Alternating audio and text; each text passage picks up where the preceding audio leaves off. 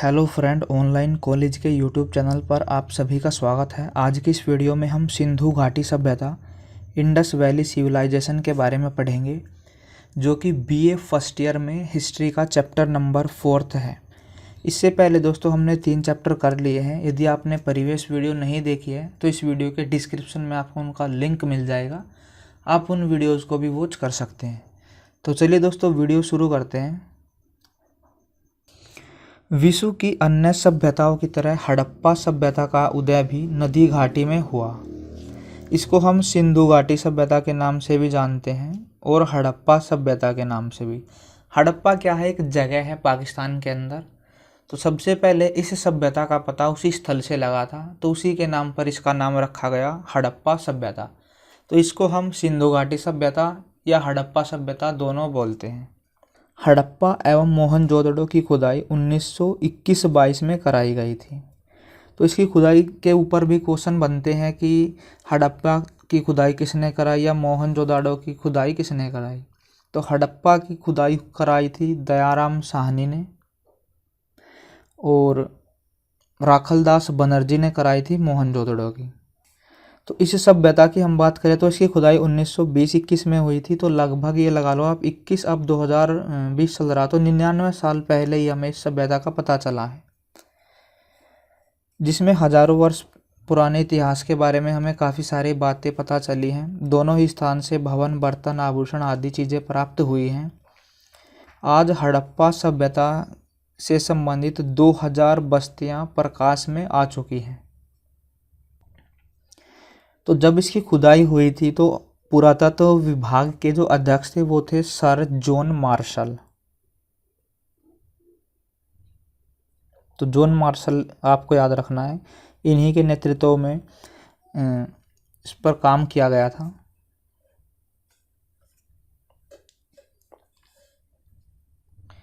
तो इस मैप में दोस्तों आप हड़प्पा सभ्यता की संस्कृति के प्रमुख केंद्र देख सकते हैं।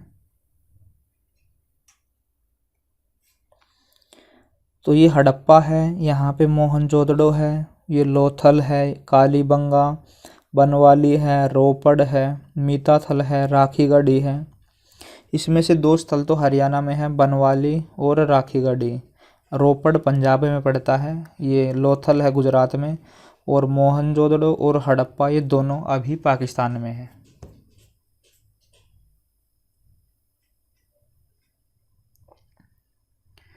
तो इस वीडियो के अंदर दोस्तों हम हड़प्पा सभ्यता के सामाजिक, आर्थिक, राजनीतिक, धार्मिक जीवन के बारे में बिल्कुल डिटेल में पढ़ेंगे।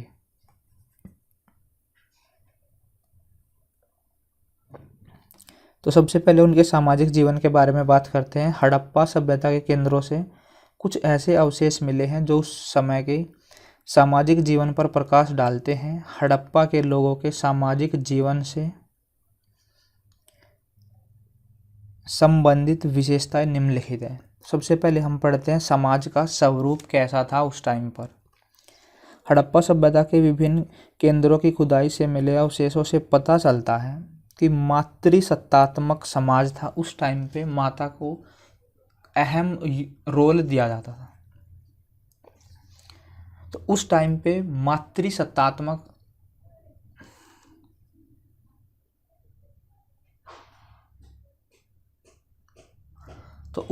माता को उच्च स्थान प्राप्त था।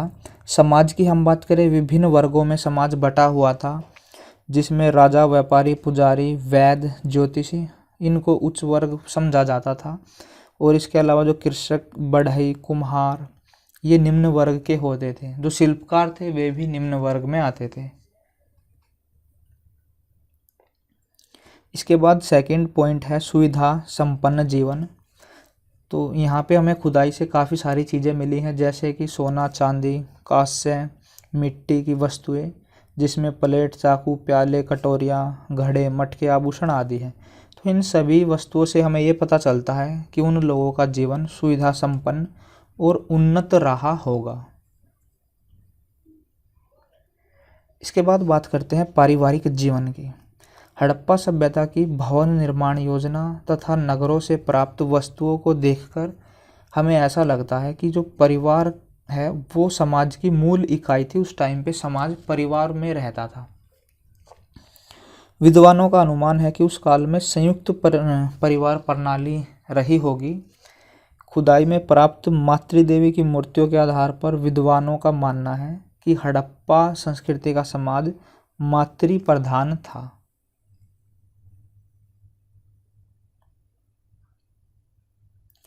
इसके बाद नारी का स्थान। विद्वानों का मानना है कि सिंधु समाज में नारी को बहुत सम्मानजनक स्थान प्राप्त था। इस सभ्यता के मोहरों पर अंकित विभिन्न नारियों के चित्रों के आधार पर हम कह सकते हैं कि स्त्रियों में पर्दा प्रथा उस टाइम पे प्रचलन में नहीं थी और घर में नारी का मुख्य काम बच्चों की देखभाल करना या घर के जो कामकाज होते हैं वे करना होता था। इसके अलावा वस्त्र बनाना, सूत काटना, उस समय स्त्रियां समस्त परिवार की देखभाल भी करती थी।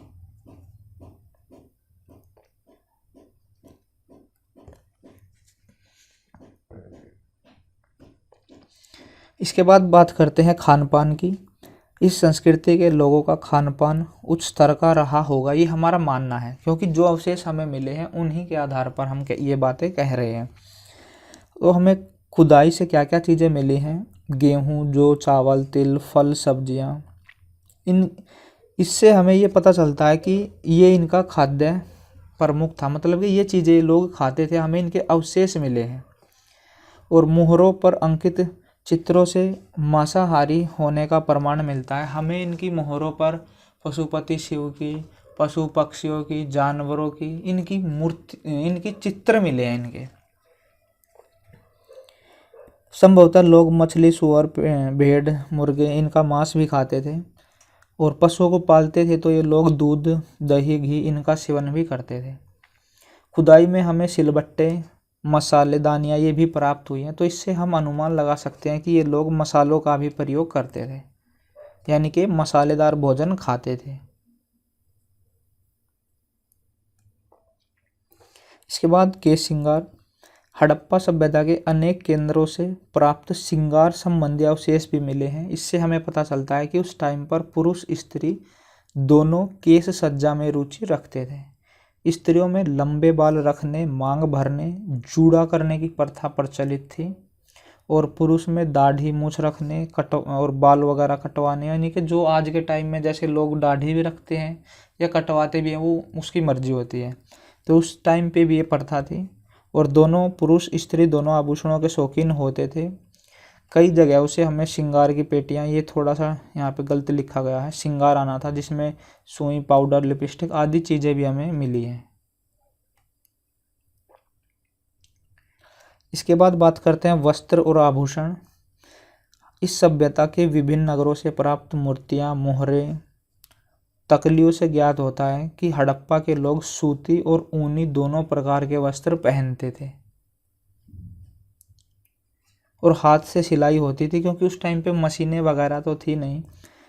पुरुष दोनों ही आभूषण पहनने के शौकीन थे, यानी कि पुरुष और स्त्री दोनों ही इसके अलावा, कपड़ों के अलावा आभूषण पहनने के भी शौकीन थे। आभूषण सोने, चांदी, हाथी दांत, तांबे, पत्थर इनसे बनाए जाते थे। और दोस्तों इस सभ्यता को लोहे का ज्ञान नहीं था। सबसे पहले इंसान ने कौन सी धातु प्रयोग की थी? तांबा। उसके बाद इस सभ्यता में कांस्य।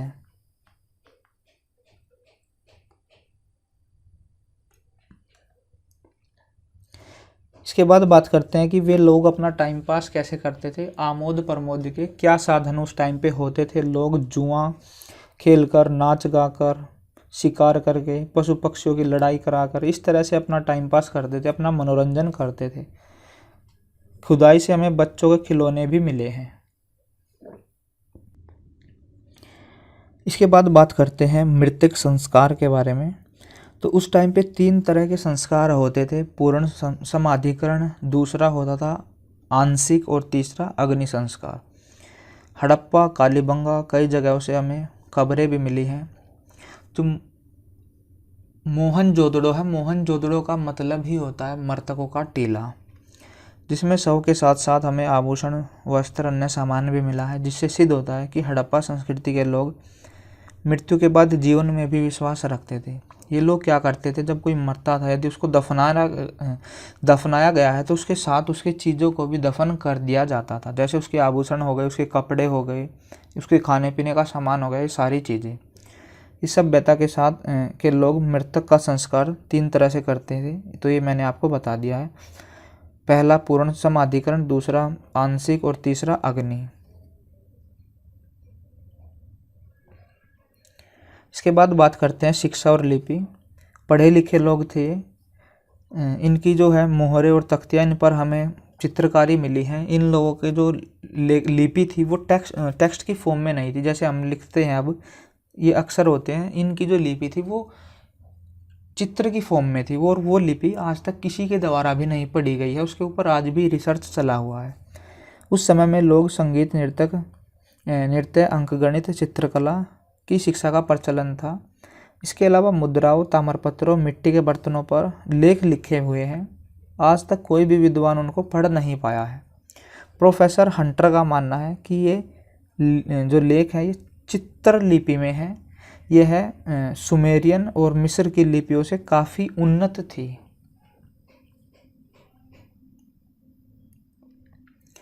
तो हमने दोस्तों सामाजिक जीवन के बारे में पढ़ लिया है। अब हम हड़प्पा वासियों के आर्थिक जीवन के बारे में बातें करेंगे।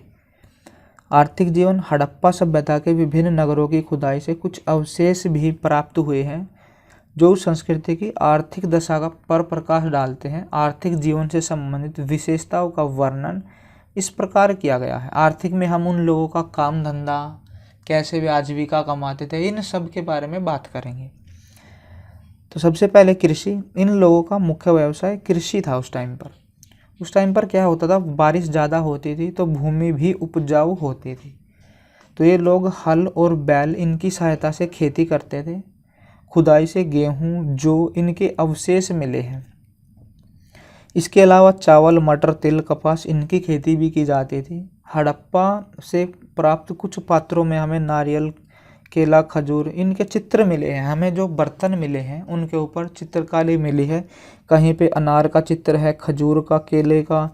तो चित्र आदमी जब भी बना सकता है जब उसने कोई चीज़ रियल में देखी होगी। इमेजिनेशन से तो ये चीज़ें बन नहीं सकती। तो इसका मतलब यह है कि वे लोग फलों की खेती भी करते थे उस टाइम पर। अनाज पीसने के लिए चक्की और कूटने के लिए ओखलियों का वे प्रयोग करते थे। कृषि के बाद सेकंड पॉइंट आता है पशुपालन। तो दूसरा मुख्य व्यवसाय इनका पशुपालन था।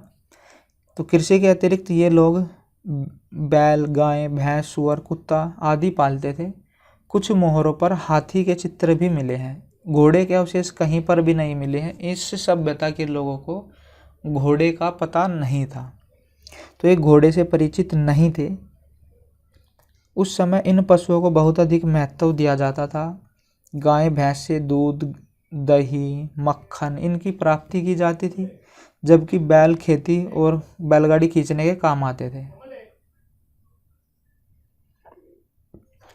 इसके अलावा पशुओं से मांस और ऊन की प्राप्ति की जाती थी।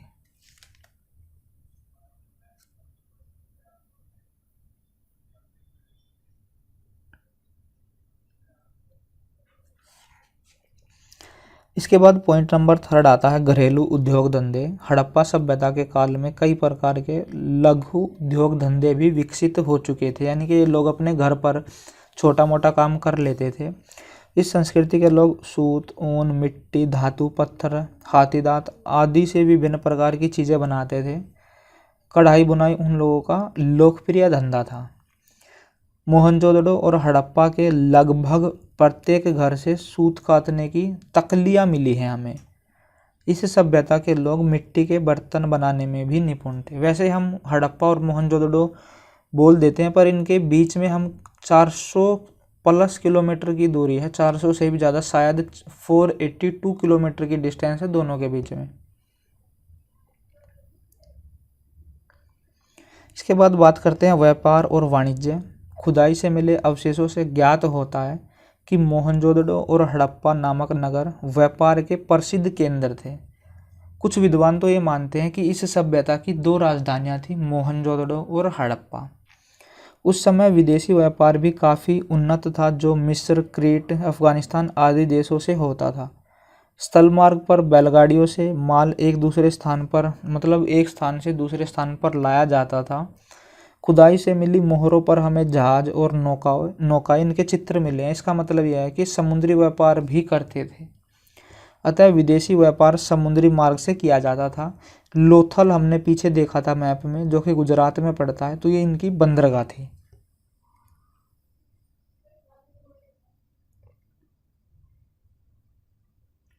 इसके बाद बात करते हैं नापतोल के साधन। इस सभ्यता में व्यापार वाणिज्य में अनेक प्रकार के नापतोल के साधन भी प्रयोग में लाए जाते थे। अनेक केंद्रों से तौल के बहुत सारे बट्टे मिले हैं हमें। चकोर पत्थर के बने थे। इसमें 1, 2, 4, 8 यानी कि डबल है, जैसे 1 का डबल 2, 4 का 8, 8 का 16, 16 का 32 इस इकाई में मिले हैं। आजकल के बट्टों से मेल खाते हैं ये। उस टाइम पे तराजू का भी ये लोग प्रयोग करते थे। मोहनजोदड़ो और हड़प्पा से कांसे की छड़ भी मिली है। यहाँ पे कांसा आना था, तो शायद हो सकता है ये लोग दूरी मापने के लिए, या जैसे कपड़ा बीनते थे तो कपड़े को मापने के लिए भी उसका यूज करते थे। तो 1 गज था ये। उस समय व्यापार में वस्त्र इत्यादि को माप कर दिया जाता था। फिर हम पढ़ते हैं धातुओं का प्रयोग। इस संस्कृति के लोग कई प्रकार की धातुओं का प्रयोग करते थे, जिनमें सोना, चांदी, तांबा, कांसा आदि प्रमुख थे। तांबे कांसे की मूर्तियां हमें अलग अलग जगहों से प्राप्त हुई हैं। सोने, चांदी, अनेक प्रकार के आभूषण बनाए जाते थे। लोग धातु के काम में निपुण होते थे, परंतु लोहे का अवशेष हमें कहीं से भी नहीं मिला है। औजार इस सभ्यता के किसी भी केंद्र से नहीं मिलता है। इस बात का प्रमाण है कि यानी कि लोहे का हमें कोई भी औजार नहीं मिला है, तो इसका मतलब यह है कि ये लोग लोहे से परिचित नहीं थे।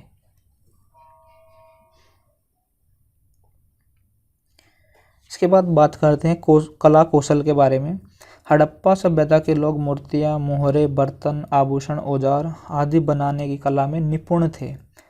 इनमें मोहनजोदड़ो से प्राप्त 11 मूर्तियां, पुरुष का लाल पत्थर का धड़, कांसे की बनी नर्तकी की मूर्ति आदि की बनावट उस काल की सर्वोत्तम कला कौशल के प्रतीक हैं। तो हमने सामाजिक और आर्थिक जीवन के बारे में बातें पढ़ ली हैं। इसके बाद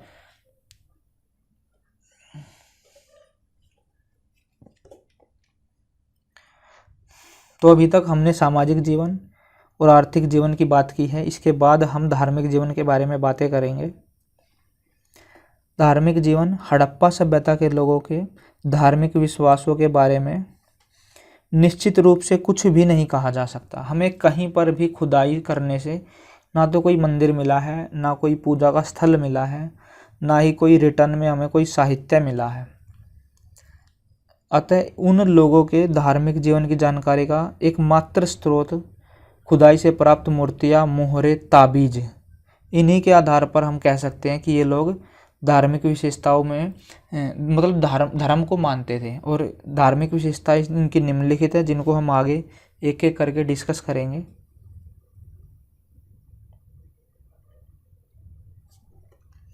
तो इस सभ्यता में हमें क्या हुआ, एक मोहर प्राप्त हुई है जिसमें एक नग्न व्यक्ति बैठा है, उसके 3 मुंह हैं और उसके आसपास कुछ जानवर भी है, जैसे हाथी है, भैंस है, गैंडे हैं। तो विद्वानों ने क्या किया है, इसको शिव माना है। तो हड़प्पा से खुदाई से हमें एक मोहरे मिली हैं। इस पर एक नग्न व्यक्ति योग मुद्रा में बैठा है, जिसके 3 मुख हैं। ऐसा ज्ञात होता है कि कई मुख वाले देवता की पूजा प्रचलित थी उस टाइम पर। 3 मुख वाले देवता की कई मोहरे प्राप्त हुई हैं। इसके शीर्ष पर त्रिशूल की भांति 3 झींग हैं। उसके चारों ओर हाथी, चीता, भैंस, गैंडे के चित्र हैं। आसन के नीचे हिरण का भी चित्र है। विद्वान इसे पशुपति शिव मानते हैं। इस देवता के अतिरिक्त सिंधु घाटी के लोग लिंग पूजा भी करते थे। हड़प्पा सभ्यता के अनेक घरों से छोटे छोटे टुकड़े मिले हैं, जो ठीक शिवलिंग और योनि जैसी आकृति के हैं।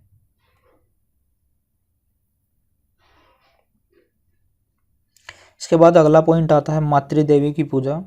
सिंधु नगरों की खुदाई से पक्की मिट्टी से बनी हुई बहुत सी खड़ी और नृत्य करती हुई मूर्तियां मिली हैं। विद्वानों का विचार है कि ये मूर्तियाँ मातृ देवी की हैं। हड़प्पा संस्कृति में मातृ देवी की पूजा लोकप्रिय थी। वैसे मातृ देवी के आगे सभी देवता निम्न स्तर के थे। मातृ देवी की कुछ मूर्तियाँ धुंधली पड़ गई हैं, तो इससे हम ये आइडिया लगा सकते हैं, हो सकता है ये लोग जैसे धूप वगैरह आज के टाइम में हम लगाते हैं तो उस टाइम पर भी कुछ सुगंधित वस्तुओं को जलाते होंगे।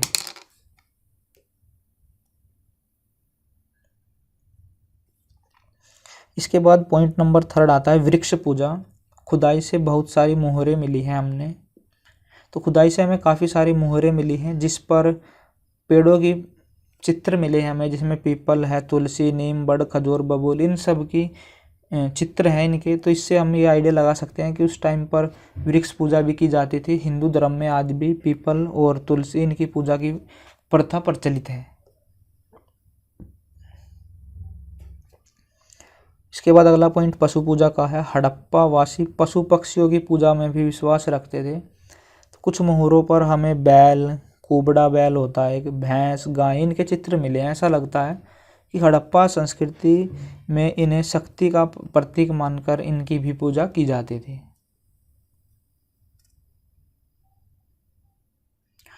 इसके बाद बात करते हैं धार्मिक प्रथाएं। खुदाई से मिली मोहरों पर अंकित विभिन्न प्रकार के देवी देवताओं के चित्र, प्रतीक के आकलन आना था यहाँ पे आकलन आएगा से इतना निश्चित हो जाता है कि सिंधु लोग साकार उपासना करते थे। मूर्ति पूजा का प्रचलन था उस टाइम पे, लेकिन मार्शल महोदय ने मोहरों पर अंकित नारियों की विभिन्न मूर्तियों का अध्ययन करने के बाद यह मत दिया है कि ये नारी की मूर्तियाँ मंदिर की उपासिकाओं की होंगी।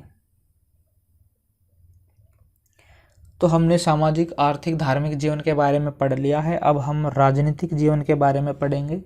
हड़प्पा संस्कृति के लोगों के राजनीतिक जीवन के बारे में कोई भी ठोस प्रमाण हमें नहीं मिला है, परंतु लोगों की नगर योजना, सफाई व्यवस्था, घरेलू उद्योग, व्यापार वाणिज्य, सामाजिक जीवन की सुविधाएं, नापतोल के साधन आदि की एकरूपता से इतना निश्चित है कि उनका राजनीतिक जीवन काफ़ी उन्नत और संगठित रहा होगा। तो यहाँ पे हम सबसे पहले बात करेंगे कुशल शासन प्रबंधन के बारे में। हड़प्पा सभ्यता की खुदाई से मिले विभिन्न नगरों से ऐसा आभास होता है कि उस काल का शासन प्रबंधन काफ़ी कुशल था। उस समय नगरों का निश्चित योजना के निर्माण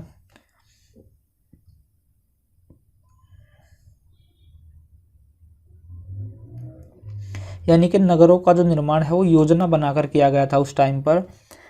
रात को रोशनी की व्यवस्था, सफाई का प्रबंध, नालियों की व्यवस्था आदि से यह बात सिद्ध हो जाती है कि उस समय की सरकार लोगों की भलाई के लिए विशेष ध्यान देती थी। मोहनजोदड़ो में एक बड़ा हॉल भी मिला है, शायद हो सकता है वहाँ पर उनकी सभाएं होती होंगी। इसके बाद नेक्स्ट पॉइंट राजनीतिक संगठन है। विद्वानों का मत है कि हड़प्पा तथा मोहनजोदड़ो सिंधु संस्कृति की राजधानियाँ थी। मानना है ये बात विद्वानों का, हो भी सकती है ये बात, नहीं भी हो सकती। यहाँ से पूरे हड़प्पा साम्राज्य पर नियंत्रण रखा जाता था। राजनीतिक जीवन से संबंधित कोई ठोस प्रमाण नहीं मिलता है, फिर भी पंजाब, सिंध, बलोचिस्तान, काठियावाड़ के प्रदेशों से एक ही प्रकार के अवशेषों का मिलना इस बात का संकेत है कि सिंधु प्रदेशों में एक कुशल राजनीतिक संगठन प्रचलित था।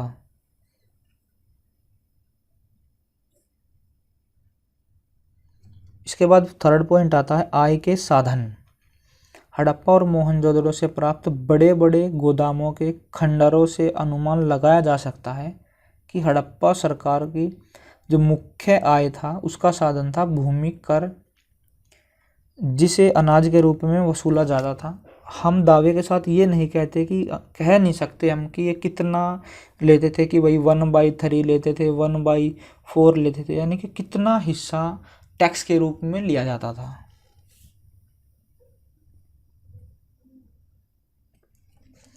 इसके बाद फोर्थ पॉइंट आता है अस्त्र शस्त्र। हड़प्पा संस्कृति के लोगों के अस्त्र शस्त्र में भाले, तीर कमान, गदाएं, छुरे, उस्तरे, कुल्हाड़ियाँ ये प्रमुख थे। शायद ये लोग ढाल, कवच इनका प्रयोग नहीं करते थे। विभिन्न स्थानों में खुदाई में कोई भी लोहे का सामान हमें या लोहे का कोई भी हथियार नहीं मिला है। तो हड़प्पा के लोगों के सभी अस्त्र तांबे, कांसे, पत्थर इनके बने हैं। विद्वानों का मत है कि हड़प्पा लोग शांति प्रिय थे, उन्हें किसी भी आक्रमण का भय या डर नहीं था। तो इस वीडियो के अंदर दोस्तों हमने 4th चैप्टर किया है हड़प्पा सभ्यता। इसके बाद नेक्स्ट वीडियो में हम चैप्टर नंबर 5 करेंगे, जिसमें मैं आपको वैदिक सभ्यता के बारे में बताऊंगा कि जो आर्य थे उनका क्या रहन सहन था, सामाजिक जीवन, आर्थिक जीवन, संस्कृति, सारी चीज़ों के बारे में हम बात करेंगे। तो उम्मीद करते हैं आपको ये वीडियो पसंद आई होगी। यदि दोस्तों वीडियो पसंद आई हो तो वीडियो को लाइक करें, शेयर करें